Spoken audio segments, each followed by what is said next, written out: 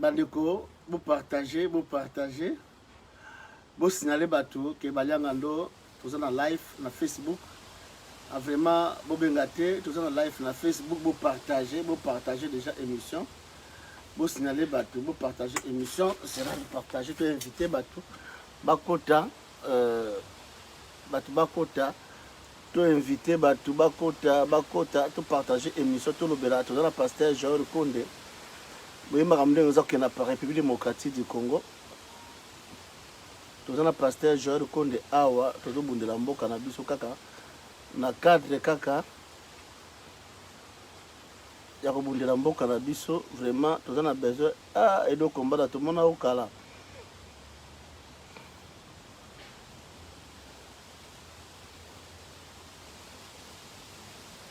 Tout partager dans l'émission na biso. Bakota. En tout cas, ils allaient live Facebook, bobenga bisote. So bobenga na WhatsApp.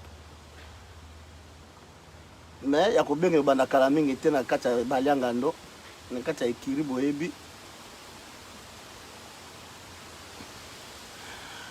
Merci à trop pour côté déjà moi ndamboana donc parce que tous la mbonge belete faut tout ça la live. Baliangando de tout bonjour, bonsoir, batata ba maman, bandeko. Banso na kati ya Ikiri Baliangando. Vous allez na Facebook, tout na pasteur Joël Condé. Dans quelques minutes, tu okutana na kati ya Ikiri Baliangando na YouTube Baliangando, ndenge zala kuna ndeto sola ka makambo ya République démocratique du Congo. Mais ce bobenga te parce que ça la biso bobebisa ça na Facebook puis ça la biso signe ceux qui volume les ali bien parce que je le côté dans ça biso signe volume les ali bien makambo to ali bien to démarrer émission na biso toujours c'est la biso ça la biso signe bon OK volume les ali bien merci à trop merci la présence na bino merci de tous awa dans quelques minutes to kutana na Ikiri na so Baliangando. Merci à Baliangando Mokili Mobimba, Baliangando état d'esprit, Baliangando Israël représenté dans Congo Flash, puis dans Sofcam TV, dans le site où tu as partagé l'émission Baliangando. En tout cas, vous partagez quand vous ne serez pas d'ici. Tout ça que vous dites là, bonjour pasteur Joël. Oui, bonjour Baliangando, puis bonjour à tout le monde. L'émission toujours ça. Merci à toi pasteur Joël Condé, Nicolas Lekebele, pasteur Joël Condé, Makamboza Ebele. Tribalisme et pandi église, nous avons d'abord pasteur, nous avons dans la politique. Ndenge tribalisme et pandi église, na habité. À part l'on pasteur, peuple congolais, na action ils ont salement na tribalisme ils ont pendant l'église, et pandi peuple congolais, la projet politique azalaki nango Félix 15% aye ko matérialiser ka projet en état que pasteur. L'honneur le bala na pas pasteur on pendant l'église na Félix 15% na ba tribalisme c'est tout bazolanda la minute. Bon, ils ont passé vraiment Baliangando, Batuana, Toebaki Bango, Bakakenza, Soni Kafuta, Bazapenda, Tokolo, Bakoko, il y a Makambua, il y a surtout avec l'église de réveil, Nakata Congo. Mais les lots Makambo, Ningeza Koleka. D'abord, Kakenza, ce qu'il fait, c'est vraiment étonnant de sa part. De sa part, c'est étonnant parce que il ne faut pas oublier que Kakenza a duré na place Wana, Azalaki na place Wana, étant que président. Il y a l'église de réveil, il a duré presque, je ne sais pas. Donc même, je crois que Moussa Koutakaye, Moussa Kabila Koutakaye, donc règne surtout Kabila Sali, Albert Kakenza est toujours président de l'église de réveil. Donc il y a un entendeur qui représentait l'église de réveil. Alors maintenant, changement au Salama, dans le moment où il y a dicté, il y a un occupé pénaté.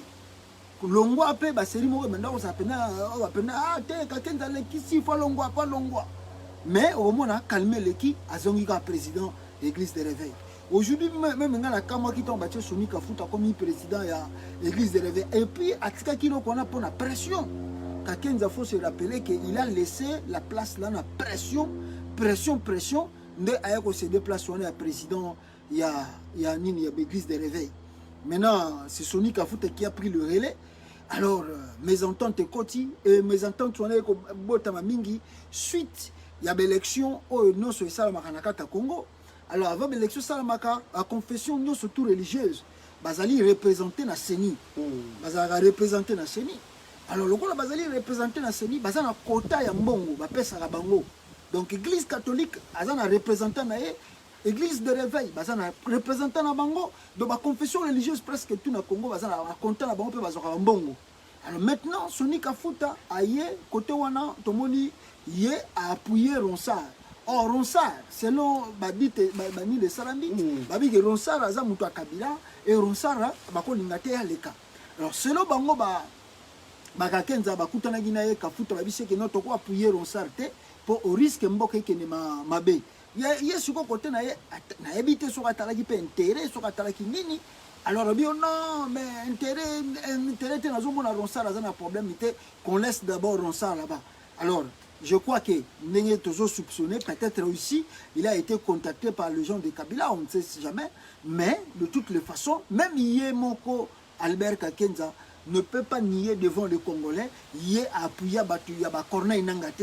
Parce que ceux qui va connaître Nangabaleka qui, étant que président et Asseni, l'époque de 2011, et Zalaki Bango. Yé Bango Albert Kakenza, c'est lui qui était le président des églises de réveil. Yé Nemutapuya qui élection à Corneille Nanga. Élection à Malumalu, c'était toujours lui. Et élection à Ngoïmoulunda, c'était toujours Yé Albert Kakenza Mutapuya Batouana, Bazalaba président et Asseni. Alors cette fois-ci, si c'est son ami Yé, avec beaucoup de mangeoire, alors il y a un problème. Mais le plus dangereux et le plus grave, c'est quoi? C'est l'esprit tribal. Et puis, ça se sent maintenant, ça se voit. L'église de l'esprit tribal, on pasteur, je reconnais, on a besoin de pasteur, on a besoin politique, on a besoin de pasteur, on a New Hampshire, on a besoin de pasteur Emmanuel, que je savais à passer, pasteur Emmanuel. Donc, étant que pasteur, tribalisme, et ben là, il y a un Mobutu, il y a un hypothèse, un occupant, un Swahili, il y a un Bangala, expliquer, parce que tout le monde qui sait que failli l'unde a un tribalisme. Non. Et ça clair, expliquer tout le monde. Et problème est zanengeni. Makambo tout est zanango victimisation. Hein, les gens qui veulent se faire victimiser, bah le baké non, bisonde bazoko boma biso, biso bazoko non, c'est-à-dire c'est comme une arme de guerre. C'est une arme de guerre pour... Système Batouti. Voilà, c'est pour taire les autres personnes. C'est comme ça qu'ils utilisent. Parce que quand vous allez... Il y a un moment même dans les médias, je ne veux plus parler de ces choses-là. Parce que quand tu parles trop de ça, ça réveille... et puis ils vont commencer à vous accuser, oh non, vous avez de la haine, vous avez des... Et pourtant vous parlez du Congo. Il y a un moment écoute, même moi quand je parle, je ne veux même plus faire mention. Il y a Makambouana, oh, tribalisme, tout ça, bolongola, totika, tout ça, haine. Je ne veux même plus utiliser ce mot-là parce qu'il y a comme arme de guerre. Arme de guerre pour chercher à affaiblir les autres. Arme de guerre pour laisser Félix Tshisekedi travailler seul. À travailler à ça la makamena lingi bino bovandala ki mebota la ita aussi sa pouvoir sinon te so comme koloba et au tribalisme bino bozolo bozo kolisa tribalisme mais moi je ne veux pas mais il y a ce côté l'église et créer danger. Non, c'est un danger parce que aujourd'hui au euti ko ça na Kinshasa c'est un danger. C'est vraiment un danger parce que Soni Albert Kakenza a la type toge sans se gêner à l'équipe et puis le ministre de la justice babengi si pe mais sur la ministre de la justice on a remarqué que ils a toujours tendance na bango babengi si ministre de la justice pour na ba remplacer ba destituer et puis il faut pas oublier que Soni Kafuta et lui Kakenza baza ba pyramide baza ba master ya kala ba liya mbongo Kabila ensemble bango wana ba Kabila ndeko na bango oh ba liya mbongo Albert Kakenza azoko nié lelo azoko nié. Il a mangé l'argent de Kabila, comme vous n'avez pas l'idée. C'est-à-dire, un esprit, quand Chilombo est venu au pouvoir, Makambutu est changé dans le Congo. C'est-à-dire aujourd'hui même... Non, Makambo est changé dans le sens que un esprit se sent dans partout. Un esprit d'un tribu veut dominer d'autres tribus. Alors, c'est-à-dire, même la justice, même si tu parles en justice, au moment où non, ce que les tribus a fait, c'est que dit, dossier n'a pas traité un peu différent. Ce que comme dossier Moutou Hazard, même tribunal Félix cité, mais la prison, Makala, tout ça. Ça se voit même, ça se dit maintenant au Congo, à Kinshasa là-bas. Et plus encore, les gens qui pouvaient laver cette image et recoller la nation, c'était l'église. Mais le comme on a Albert Kakenza, qui a destitué Soni Kafuta au profit de son intérêt, ça fait craindre. parce que lelo bolinga te l'église de réveil s'est divisée.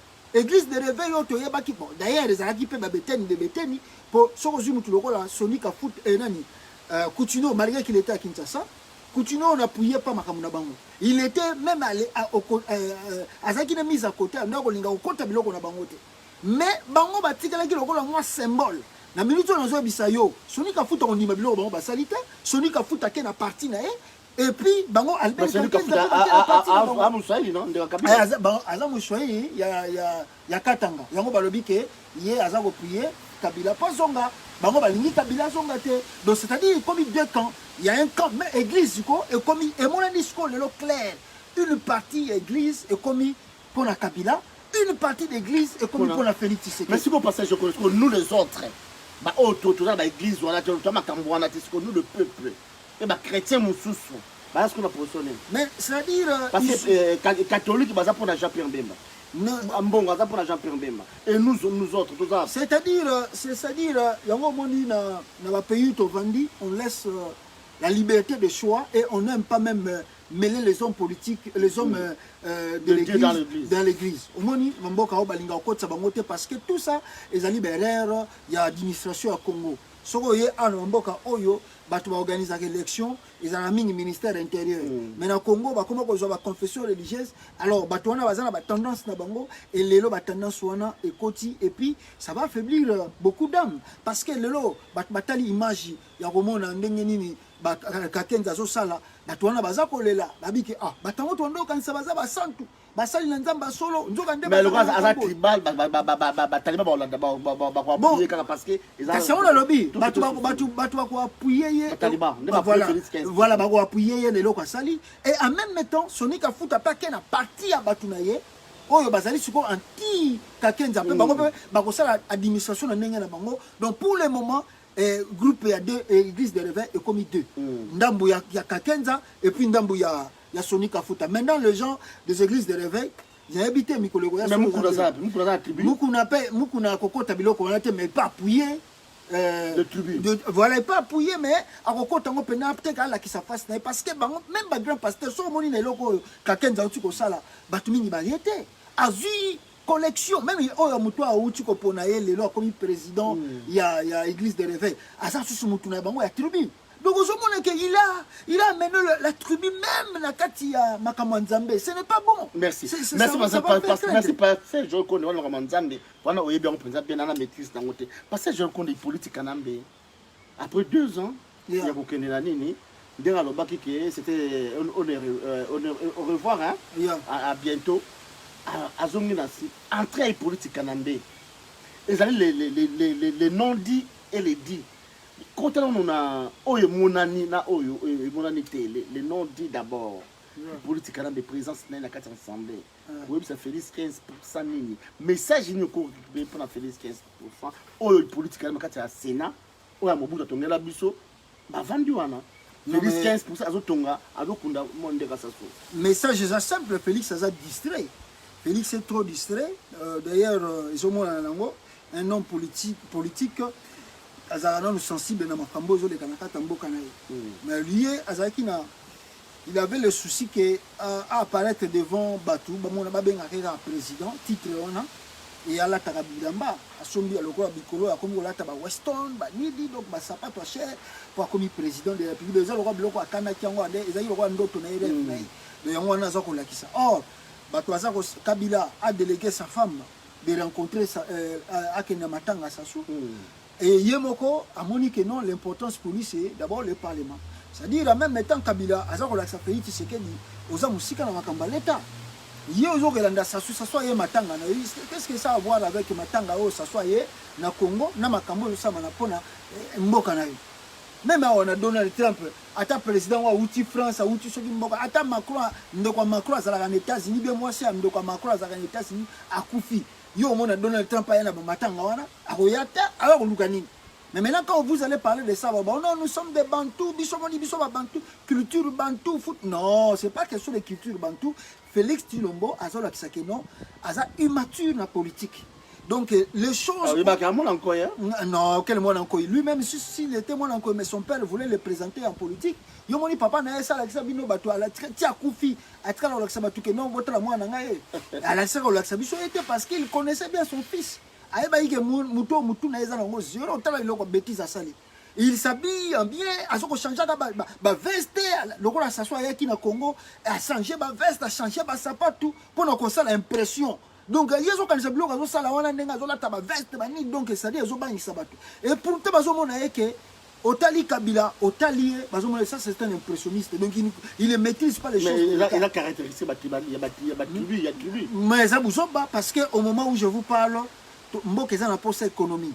Au lieu d'accommoder de veste, qui coûte je ne sais pas combien, bon, on a beaucoup économiser, on a le président n'est pas censé avoir moi-même, le président des États-Unis, marque à couture, même s'il change de veste avec des chemises, ma chemise plus ma chanjaka, mais au moment où la veste, peut-être encore répétant même 2 ou 3 fois peu. Au moment la varango bien, c'est pas que le long veste, lobby veste aussi. De tous les jours, tu veux apparaître neuf parce que aux gens faire ça c'est l'impression. Aujourd'hui, c'est impression, il y a Moko Zangantina et les gens n'ont pas besoin de ça. Parce qu'un président doit se montrer soucieux de son peuple. Est-ce qu'au Congo, les gens ne souffrent pas? Les gens souffrent. Mais pourquoi ils vont paraître que non? C'est comme si tout va bien. Non, comme ta vie privée, tu continues. Non, ils ont vie privée. Non, c'est politique. Ils ont vie privée. Ils ont homme public qui va jakaye na elateli na ye, na elobeli na ye, na apparence na ye, na montre na ye, na chemise na ye. Tout ce qu'il porte doit être jugé. Un président des États-Unis sera la chemise ou bien la veste, bouton moko ezangite na TVA oyoka makelele. Bakolobate que ça vie privée président. Non, ils doivent parler coutume le président Azolata makambaza kosala par rapport à makambazo de Kanamboka. Ils doivent parler de ça. Il fait les impressions ce qui n'est pas bon. Bon, question lobby ya Kabila. Kanambe. Nakata sale nanga pazawana ronsa malonda zawana au juste nini au juste. C'est un message d'abord clé parce que Kabila était accompagné dans le premier ministre Nabango Ilunkamba et puis Janine Mabunda bakenda ki bango nde bayaki kokotsa ye na kati ya Sénat soko tali akei wana d'abord accompagné du premier ministre et la présidente de l'Assemblée nationale. Ça montre déjà que c'est lui qui détient toujours le pouvoir. Parce que par preuve, Baliangando, quand Félix a Salaki Makambu Yaba juge, le premier ministre n'était pas présent. Ni la présidente de l'Assemblée nationale, Yate Boycota, cérémonie à président. Mais un sénateur a vu soi-disant, ailleurs qu'on a première fois personnel même non là-bas là où ils étaient au Sénat ce n'est plus question d'autorité morale. Ah bon? Oui, c'est ça question d'autorité moralité.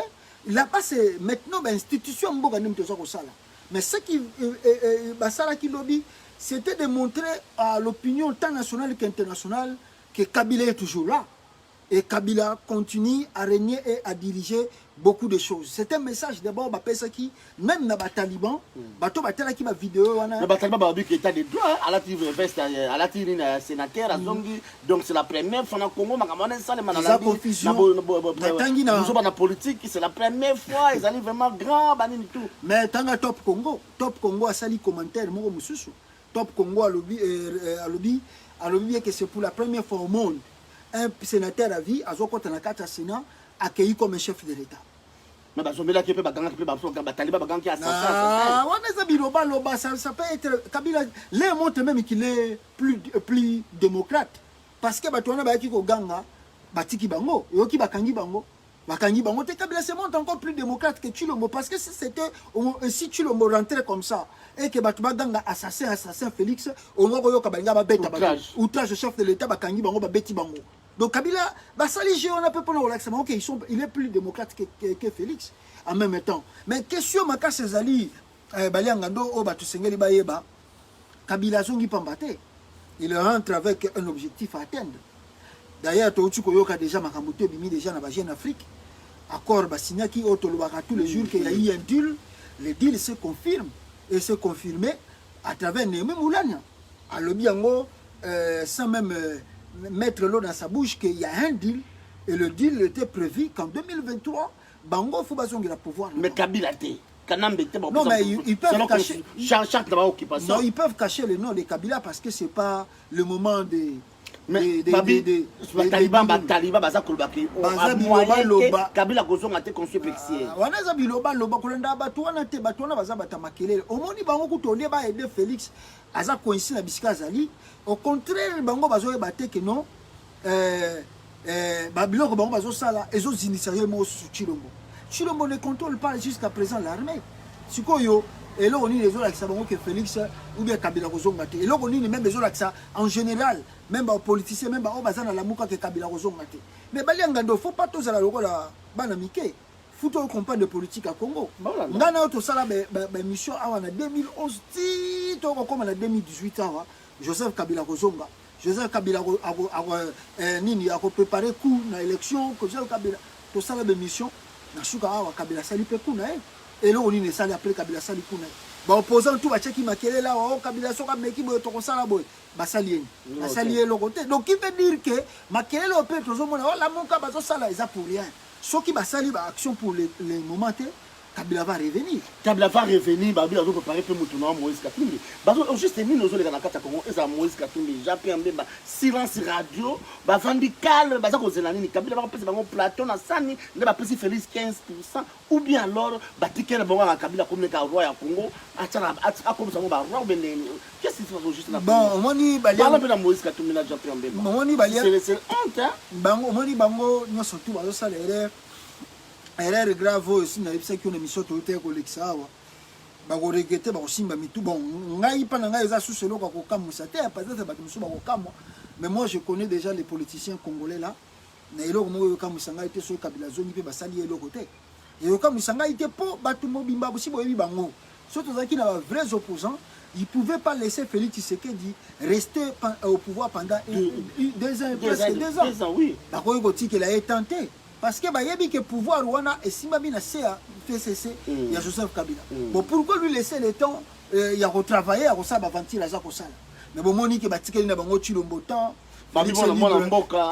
Tout le chance à bon, Moussa Zalaï mon ami. Papa yé moko Félix Abunisa Mouzé Poine. Papa naïe Félix. Moussa Zaki congolais. Papa naïe Abunisa Mobutu pourquoi? Papa naïe Tshisekedi. Félix Abunisa Mobutu pourquoi? Asaki mon mboka te. Papa naïe Abunisa Lumumba. Lumumba zaki mona mboka te. Papa na ye asala signa ba ordonnance ba bomba batu ba panda batu na nini na stade de martyr asigna ordonnance zongi sa kasavubu na village na mwanda côté kuna bazaka bana mboka te. Non, c'est moi les aventures, on les a échappatoire et yango na bina yo yango moni siko bazwa ko utiliser mengi politique à victimisation pour na ke botika Chilombo asala ba aventure to lingi. C'est ça la politique de la victimisation. Même si il va foncer le Congo dans la ruine, même s'il va foncer le Congo, je ne sais d'où. Alors, parce qu'il est mon amboka. Non, ce n'est pas question de mon amboka. On parle pour l'intérêt général. Ceux qui m'ont comme côté ou même les États-Unis, on ne va pas regarder parce que tu es citoyen américain. Même parce qu'on regarde d'abord l'intérêt de la nation. Donc, Chilombo, on doit lui mettre le stop, on doit lui freiner. Oh, bah tu vas savoir qui sont. Mais on va freiner comment bah la bunka bah on doit freiner. Martin Fayulu a tiré car yé moko na musique tout bah on a tout bah quel bah on accompagner Félix 15 parce que on a bah Jacques-Claude Vouemba aux hommes bah comme c'est belle bah comment santé on a tout bah soutenir Félix 15 tout ça parce que moi la mboka yenda comme ça les locaux donc il toujours comprendre té. Il y a on a émission baliangando na 2023 la surprise sera grande. Les Congolais vont Kabila zongi na pouvoir et ils verront la passation de pouvoir entre Félix Tshisekedi et Joseph Kabila. Nabuzo Bakaka, il y a des politiciens, il y a Congo. Parce que le moment d'agir c'est maintenant, on va vendre Kimia. Parce que ceux qui agissent le loté et qui va freiner la puissance sur Kabila Zagoyanango, 2023 vous allez être. Mais Balobi, Taliban Balobi qui est les choses parce que même pas même article 70 dans bango ya occupation que non le nouveau président ko zalaka ka kozwa soki ba chambazu nouveau président donc article on en 2016 on met sakana ki nango tala ko nda ba Taliban te Taliban ku tunga soko tali même image au Kabila yaki nango lobi soko yebisi bango bazo comprendre kaka te taliba za muto yo soko yo ki makamba lobi na gauche au mission on a droite kende parce que lui-même azo comprendre les enjeux politiques ninge za koya ils savent consciemment ba yebiso avani na banda ko na bango ba tali makambuchilo bazo sala ils regrettent ba bi que moi no pena ya solo yango papa na bibisa kanya politique te yango hier je causais avec une maman aza muluba je causais avec cette maman na yebisinga yi abi mais yo bino bo sala bozo mona teke banda papa Etienne Tshisekedi akufa botangela ngai ami moko intime o azalaki muto azalaki pire Etienne Tshisekedi azana Félix arbita botangela ngai ta mutu moko o a travaillé ki na papa Etienne Tshisekedi o azalaki bambi na intime azo travailler na Félix pourquoi ba papa na tout bazo travailler na été pourquoi ba papa na tout ba baza wa na États-Unis bazé belé ba papa na tout ba fani na bango kimia bani na bango sukolo baté o kiti na Belgique où n'en parlons pas ba France wana bazo banda obi pourquoi ba fandi kimia parce que ba yebi ke ba papa na so ba meki koloba ba ko sengise pardon de ba uti ko sengisa Roger Lumbala pardon oh bah ça c'est Roger Lumbala pardon Roger Lumbala sengi Félix pardon donc ba ko sengisa ye donc ba ko sengisa pourquoi parce que ba taliba baza un esprit moko donc tant que tu parles le nom de Chilombo ah les aloko là au bandeli comme au finginde au sali blasphème contre Dieu. Donc yango wana omoni bato wana babi na ba ko finga nga na age no komi nango ba finga famille nanga ba vie wana tout ba va ina bango kimia bazo talaka Chilombo na ba bêtises aso sala mais ce sont des intellectuels des anges sages o ba ko yiki ba saki pena ba ambition ba projet que soki lelo IDPS sur pouvoir na Congo makambu to ko appliquer yango mais banda Chilombo na maman na ye Marthe ba zui parti wana en otage ah ba vie wana tout ba benda non tala bien bato tout bazo la nangai basa la constant na zo bisa bango où sont passés où est passé plutôt ba vieux tout au bazala ki na IDPS ba cadre ya solo ba intellectuel oyo ba collaboraka na papa Etienne Tshisekedi ils sont en vie mais banda Tshilo ba komi président ba vieux na tout bazo ta na bango ba yebi ke mwana oyo ndela zo kende il cherche son argent après ko zambongo na ye asonyo banda ko na poto avani na ekinya. Parce que après réunion, est-ce que la sur les politiques mais va continuer à quitter parce que on dirait que beaucoup se justifier. Oui. Bon, je crois que peut-être Moni Kabila qui trop pris. On a peut-être une rencontre après Sénat. Félix Yazagina Matanga, qui accompagné Sassou à Zonga Brazzaville, Banini, tout ça. Donc il avait plus le temps de passer avec Sassou que de revoir les choses du pays. Je pense que même la rencontre qui a annulée à cause il y a Félix pour Zaki na Sassou pour na Simawana bakenda ibazomela na bango ba champagne parce que son qui témoignage à Sassou azo sepela ndenge Félix ayambi abi azo sentir accueil ya papa na mwana ozomona Sassou le bine c'est-à-dire il y a eu de boom mbongo sopanaki masanga sopanaki ayambi asali na ambiance basali ya gogo alors le ko la za mutepe alingi ambiance trop na moment où c'est qui bakutana kabila moye bakutana sous ces alagité donc ils facilité mais de toutes les façons ba ngando o ba congolais sengel ba yeba eza que Joseph Kabila a ko pesa pe message na batu na yeba troupe ne baza na parlement na Sénat na assemblée nationale ko yebisa bango kende to zo ngela boye au mona kina kona inanga d'ailleurs dit mususu ya Bahati Lukwe bato na tout baza ba hypocrite ce sont des kabylistes. C'est-à-dire, Edith Moussous a signé l'Assemblée nationale, va revoir l'élection de Kaki, il y a 2018, les Kaki, avant va préparer l'élection. Mais ce qui est marambezo kendele, Kabilelo wa ego sa na Assemblée nationale, ayo ça va troupe na mutabangi sa muninga zate. D'ailleurs, Niemi Moulani a lubaki yango na ba journal lobi que c'est question de vie ou de mort.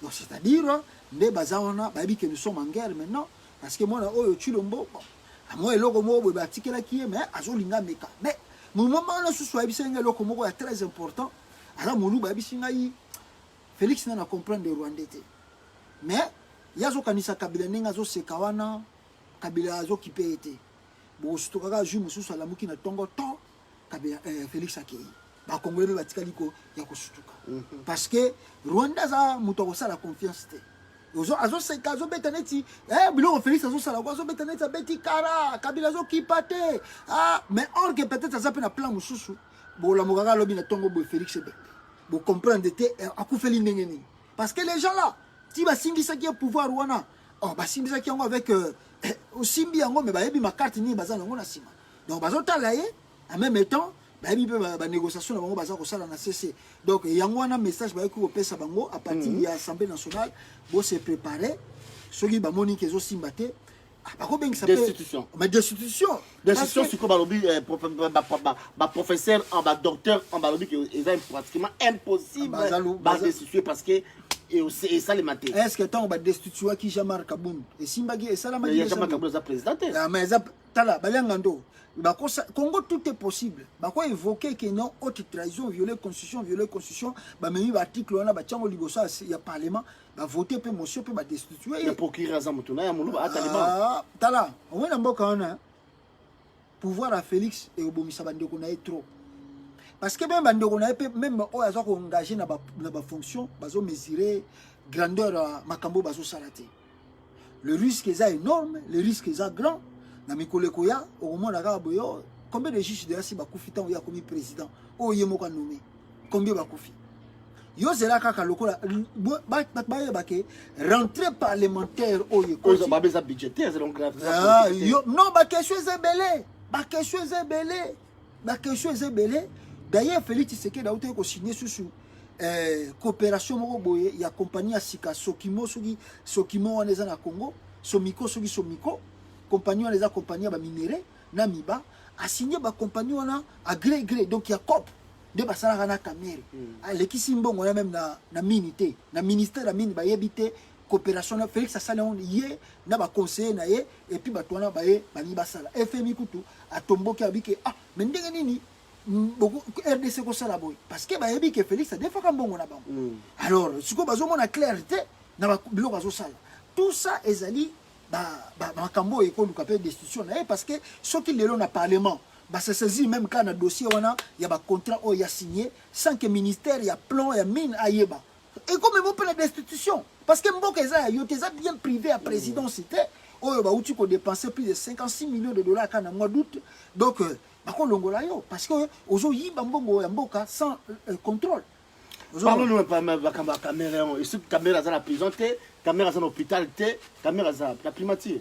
Bon, l'organisme est kingi. Là où tu commences à goûter, il fallait normalement vendre Dieu et faut à Samba. Mais habiter sur les cassus à Samba. Mais caméra, il y a un banda sur un hôpital, il y a est-ce que le dossier de la justice va sur le bélangosus? Dossier vendu dans le Kimia. Caméra, je crois qu'il n'y a pas vendu qu'à Kimia. Pour pas bonner une moto. Après, le moment où on va il va faire tout bannir dossier avant l'élection 2023. Mais Chilombonde, dans l'émission Félix, parlons la vérité, même de l'élection Zakoya, il sait lui-même qu'il n'a pas la chance de remporter ces élections, même dans la voie pacifique ou normale. Il a la chance de remporter en côté pour na Kivu, na Nord Kivu, ils ont la minimum côté, et peut-être la majorité sur les négociations, mais à côté on a balinga caméra trop. D'ailleurs sommet au bazo linga basala kuna bakandela qui est déjà que sera meki koniata. En tout cas bazo ba pese ku komba le Kayan. Donc bazo tunaye bazo emania banzembo Kayan où est ton frère Abel. Donc yé Félix Aza Kayan, Vitalo caméra ndé Aza Abel. Donc caméra et Félix a tekin de konaye, abomin de konaye Abel, likolo ya mbongo na likolo ya pouvoir. Chilombo, ça n'étonne pas. Mais toi qui vas découvrir après que tout ce qu'ils ont fait pour Kamere, ils avaient une question bon. Même ici, Kamere avait volé l'argent. Ce n'était pas question de voler l'argent au Bakangeli Kamere. État de droit. Non, ils avaient question étangle de droité. Ils avaient une question, il y a Kolinga qui écarté na présidence en 2023.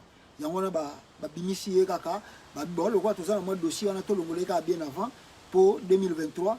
Donc c'est ce qui s'est passé, écarté bien avant. C'était même pas question de tout ça. Merci, Pasteur Jolo Konde. Pasteur Jolo Konde. Il politique à Kozonga. Parle un peu de la Moka. Avec le président de la République, Martin Fayoulou, activité à la Moka, déception à Moïse Katoum, Soriano, Jean-Pierre va décevoir le peuple congolais.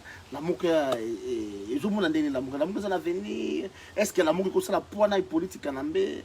La Moka, c'est l'avenir. Bon, la Moka, bon, il fallait que la réunion, mais réunion, puis la moni, c'était prévu que la réunion soit le 14, le 18, mais je n'ai pas vu la réunion. réunion Batouana Bazako Agir, ils se préparent, hein, chacun d'eux se prépare pour les élections à venir, mais disons la vérité, l'avenir à la Mouka, ceux qui vont continuer à même à lire Bazanango Lelo, c'est un peu difficile. Pour nous parler à venir, Moko Yakitoko et la Mouka, c'est un peu difficile parce que silence na bango, ils ont le rôle à moi silence Moko complice. Baliangando faut que yeba ngo na to bandela kango tambala mbala batu ba yeba. Félix Tshisekedi même si tozoka mabala na bango na kabilezo ko sala soki monter quitter monter descendre baliangando batona baza mutu moko. Donc la Mouka n'est pas perdant pour le moment. Elle est perdant dans le sens où à y habiter, qu'est-ce qui peut se passer dans Mikoleza Koya. Parce que parlons la vérité, si maintenant arrivé que Kabila a destitué Félix, ben on va se retrouver.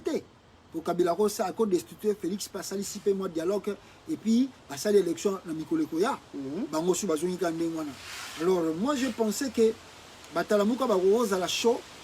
Vous voyez qu'on a pression à pouvoir à Félix pour que l'élection ou bien anticiper Salama, pour que le dialogue Salama va appliquer, même sortie de crise, mais tout le monde a Katumbi à Kangamini na Katanga Kuna, alors bien Banda Safari a inauguré parti politique Jean-Pierre Bembappé Kuna na Utiko Yoka Pesi message na ba député na yo non, ba réforme il faut ça la même institution na ba député na mais batufu ba yebe loko. Assemblée nationale wana ya Congo, Kabila a 360 ou 370 députés. Sur 500, Kabila en a 370 ou 365. Aujourd'hui, la Mouka Kota, na Kota te, Kasha Kota, na Kota te, Kota na bango kozala toujours atteint. Pour na ba lekisa, loi. Pour na ba boya, loi. Donc, na Jean-Pierre Bemba pesa Mibeko, na pesa ba ordre, na pesa te, na ba député na ye, jour à vote ko sala ma bazala na kati na bazala te, ceux qui ba kabiliste ba bi ko sala événement ba ko sala parce qu'ils ont plus de 365 députés. Aucun Sénat, la même chose. Kabila a plus de 60 bien 70 députés sénateurs na kati ya Sénat kuna. Sikoyo Babylon kon tout baza ko loba, oh non, Jean-Pierre Bemba pesa orientation pour na ba député. Ça c'est embrouiller les Congolais inutiles. Donc la force de la Mouka c'était seulement la rue, la pression, la rue, de manifestations, de villes mortes, organiser, déstabiliser le régime de Chilombo, déstabiliser le régime de Félix, jusqu'à ce que la communauté internationale va ressentir que non, rien ne marche, rien ne va parce que l'élection les gars qui m'abayent. Papa Tshisekedi a salé yango, tout le monde est yango. Donc maintenant, pourquoi Moïse Katumbi a comme coupé ça va tout mbongo ba finga kafayolo pourquoi c'est là là ils ont profité de la crime bon parce que toujours ba comprendre que au lieu que ba attaquer Félix 15% au lieu que ba mbongo wana ba attaquer politique na même Martin Fayulu a comme ennemi na bango oh ba to comprendre tout juste kaka na kata na muka chauve souris Soriano Moïse Katumbi prendre ça ba jewana bon na éviter so yem tazo sala yango et pas sala yango bon je sais pas on n'a pas de preuves mais de toutes les façons, on a décidé qui est une mission tout ça qui n'a eu awa que Moïse Katumbi azali hier azoduka comme président na Congo. Alors babiloko wana ba conflit inutile ezala nango bien tepo ndeka yo tukoloba. Les gens peuvent dire ça mais même si à cause de la yete mais tant baza ko mona apparence ya ba mukeba ba tebele bele wana bazo les canaux médias ko critiquer bazo ta la tendance Peter Tchani za journaliste na ye oui ba journaliste na ye non les aza mutu ya Félix Baba journaliste na été. Non, ça ce sont bon. Balanda ika Katumbi po Katumbi a ndeko pesa bango mbongo. Yango na bakenda ki pana écoute lelo na uti ko yoka ba uti ko panza na susu kuna po moi ça Félix Denise a pesa ki bango $11,000 ba kabola. Ba panza ni kuna likola $11,000 donc ba journaliste wana susu. Oh bango ba panza ni mais on va bango na TV bazo bango Joël wana na États-Unis banini tout ça. Mais tala bango ba uti ko pesa bango $11,000 tala ni ba panza ni lokola bana mikie likola $11,000. Ozomona ke c'est inutile, Baliangando. Mais je pense que Moïse Katumbi, étant que grand homme politicien, il doit éviter ça. Et grand homme, mais c'est hypocrite. Ah bon, je ne sais pas. C'est pas un grand homme. À éviter, Baliangando, on a monaye. On a Félix 15% non, on a monaye, on a sincérité. Bon, de toutes les façons, Moni Moutopé, entourage, Moni Nezaboye, Bazo préparé. bango bazoluka place quoi mutu azoluka amitia place na baluka mpona peuple te mutu azokomila mutu azoluka mpona peuple on m'abattre. Non, c'est-à-dire c'est quoi? C'est-à-dire même le papa Tshisekedi tant azalaki awa, il faut se rappeler papa Tshisekedi aussi même andé ko ba dimanche même Caméléon Camero a sali alliance na Félix andé ko telemela pe Tshisekedi bato ebele pe na ba opposant musubi andé ko lingo kota makamba ite Tshisekedi te Tshisekedi akoyi sa bango to sala boye omona ba telemelier ba bige biso to ken makamba Tshisekedi te talaga je ne vais les salama ba opposant musubi na kisasa ba Bouddha koya. Donc c'est tout à fait normal. Même on a besoin de contre Fayulu, c'est normal, les leadership. Leadership, nous sommes tout le temps que banda komata, combat ils ont raté. Il faut que au combat peut qu'on appelle plus proche à Mutunayo. Aux hommes, à Bundisio peut qu'on la leadership. Donc c'est normal que Fayulu a connaître le combat on a parce que ça leadership est mati et combat peut faire mata. Alors bazon nous capable la position. Il y a aussi Katumbi qui cherche à se positionner pour montrer qu'il y a un leader pour les élections de 2023. Il y a aussi Jean-Pierre Bemba de son côté qui cherche aussi à devenir la candidat en élection 2023. Alors, donc il y a aussi des problèmes et les risques que dans la zone de la musique, si même la coalition la Mouga Gozala qui va appuyer même peu candidature, il y a Martin Fayulu pour l'élection. Donc c'est-à-dire il y a plein de choses là-dedans. Moi, je suis la carte donc Makambeze Belé, chacun de se cherche. Mais de toutes les façons, moi j'ai déjà dit... Le peuple, les perdants, c'est les peuples, non? Mais le peuple congolais a perdu dans le sens parce que la population a une mature politique.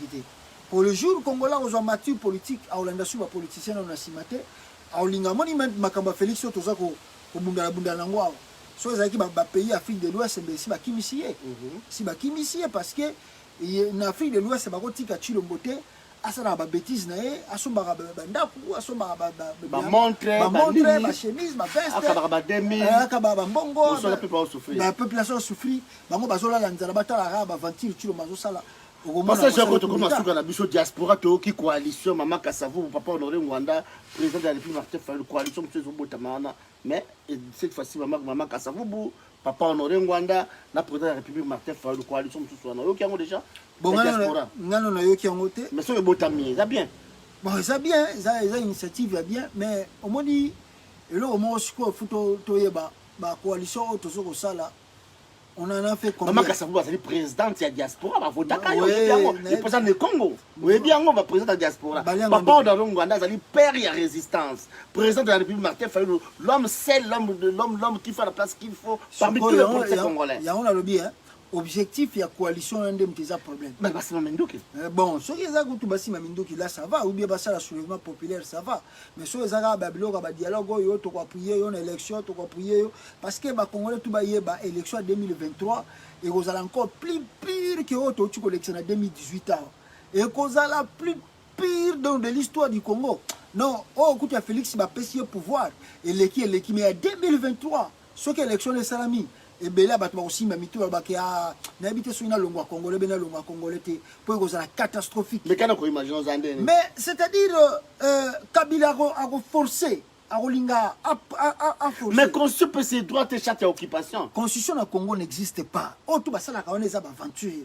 Parce que s'il y avait la constitution. Mais Kabila respecte la constitution. Ceux qui respectent la constitution, Félix a violé la constitution plusieurs fois. Il faut destituer. Dès que tout le monde est aux États-Unis, même qui m'a Donald Trump petit comme il Sénat, pour la violation de la constitution. Mais Chilombo en a violé combien des articles de la même constitution là? Même Yemoko Kabila, il a violé combien des articles de la constitution? Et puis la constitution là, combien de fois on a modifié cela? Attendez, on va modifier en calamité à Mikoleza Koya. Et puis même si Kabila Boy va modifier en haut, article et puis Kabila devient légitime et puis se présente aux élections présidentielles. Et puis d'ailleurs, les propositions que l'élection comme indirect, un taliban les sous. mais ils ont plein de bango fait cesser. On a aussi tout le bain. Ils ont plein à Kala si besoin que non élection que salama et que ça sous ma voix popularité et comme ma voix indirecte. C'est-à-dire le député va voter. Oh, le lot, si on va vivre ça l'élection qui va député va voter, qui va gagner? c'est Kabila, non? Parce qu'ils sont majoritaires à l'Assemblée nationale. Merci, pasteur Jero Kone. Donc, tout ça, pasteur Jero Kone, tout le monde a 17h, donc, bon, message sur Gabaliangando, merci beaucoup, l'émission. Et puis, message simple. Batutu bazolanda ba journaliste na kin bazolanda bato adi IDPS na kin oyo baza ko répondre biso na biso tozo sala pona ko ba vérité mamboka.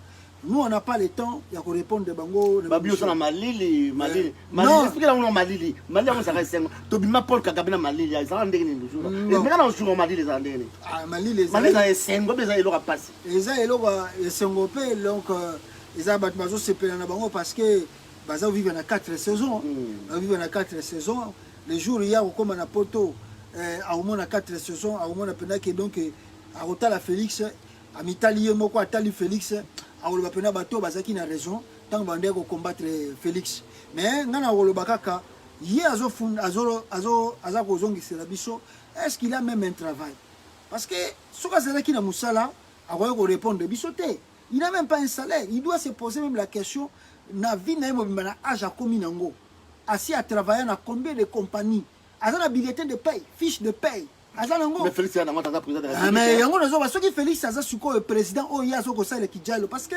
un homme de Dieu azala muta kijalo loté yango moninga ibalianga ndo soko ezali vérité na loba pona katumbi na loba yango parce que nga za musel nga maza muta jale loté so mutazo tenga mais ye o ya azo sala wana za kijalo ya o ya kokumisa ka Félix. Mais Félix soka lingaka yo apesota musala emploi kaka moko ozolela ozotama kelele le premier ti le 30 ozoleka na ba chaîne de télévision mais oza na salaire te billet de paie ezate soko kufi lelo bana na yo wana batikali est-ce que oza na silence ko tikela bana na yo bako vivre ndenge nini surtout na mboka wana Congo soki yo kutu peut-être soko tia makelele na TV l'équipe mutu moko IDPS boya za na poste à Kabelo $100 yo lié mais bongo bande kono ya famille combien baza na misala biso tozo bundela net ye po nazo bundela ye po Félix apese na musala po nga lelo po na yo ki abina nga na Congo na ko bunda oh mais nga so na Congo eza pona kutana na Félix na ke kutana peut-être na Kabila po to vanda to sola makama ko nga na ko ya na banda olexa mission na bosolo na politique po na zoni ni kuna na yo ko zoni ni kuna nga na yo ko lexa tana ngate parce que au moni ba sala reza on appelle ça influence à kotanga ba komba politicien kala yo bi vie boy oh ba vie on a basala ni na politique à Congo tala Congo ti le biskezali oh professeur boy asala nini na Congo politique yango Congo zo ko dindana mai ezo dindana mai donc tant on a tali kana bi c'est inutile à répondre parce que eza mutazo comprendre na nos réalités mboka te parce que vie na yebo menenga za wana soko tel même soko za na bana ne même baza peut-être na difficulté à refuta ba frais scolaire yé moko peut-être ça ba difficulté fa luka kangisa pas foutre même bon andako ozomona donc tout ça azana na salité au sala ka pété age comme nango zotala ke non mozo ba teke to tambola ka lobi pe kozala to za vivante o rotika bana na espérance nini la vie ozomona Félix akunda bango na Félix akunda bango bongo ba oka kufa na permanence wana kundi bango batu wana ba ke ko luka même olinga nko Félix amute mabe batu wana batumba batu na lupango ya IDPS wana batu wana ti lelo Félix aza président presque 2 ans tala biloko ya zosala babumba zosala na mwasi ne Denise na Kero mais Félix n'a jamais pensé à appeler toute ba famille wana avant de sabango à tout na bango bon yo zota chèque à $1000 zota chèque à $1000 bokendo sala ta mimbungu rien ti lelo batu wana bakoke luka olenga nkoy et olenga nkoy azali membre ya IDPS bino batu wana tu bovandi bakabundu wana bovandaki na pouvoir boko lukata enveloppe moko te bopesa ba famille ya batu wana bolela bango donc Etienne Tshisekedi nenga kenda donc yango tozo baka kenda na loko na ye o etikali wana eza nango babibamba bamba ozu kabundu ozu Félix oiseau de même plumage donc merci à toi pasteur Jero Konde merci batata ba maman ba de ko banso tozo bundela mboka na biso tozola kiana kaka na kati ya ekiri balianga ndo bozo zango na Congo Flash bozo zango na Softcam TV o partager miso balianga ndo tozo ko bundela mboka na biso tozola kina pasteur Jero Konde ndenge tulobaki makambo wana makambo ya politique kanambe makambo ya tribalisme et pandimi ba église boyo kine pasteur Jero Konde lobi makambo wana nazo maîtriser on peut dire parce que ba église à Congo vraiment on a ébarraté sur les ndenge ni na si expliquer le long et à large. Merci à tout pasteur. Merci beaucoup Baliangando. Merci vraiment. Tu peux partager l'émission Baliangando. Vous s'abonner vraiment. Tu peux l'émission Bino Kalamingite. Ciao.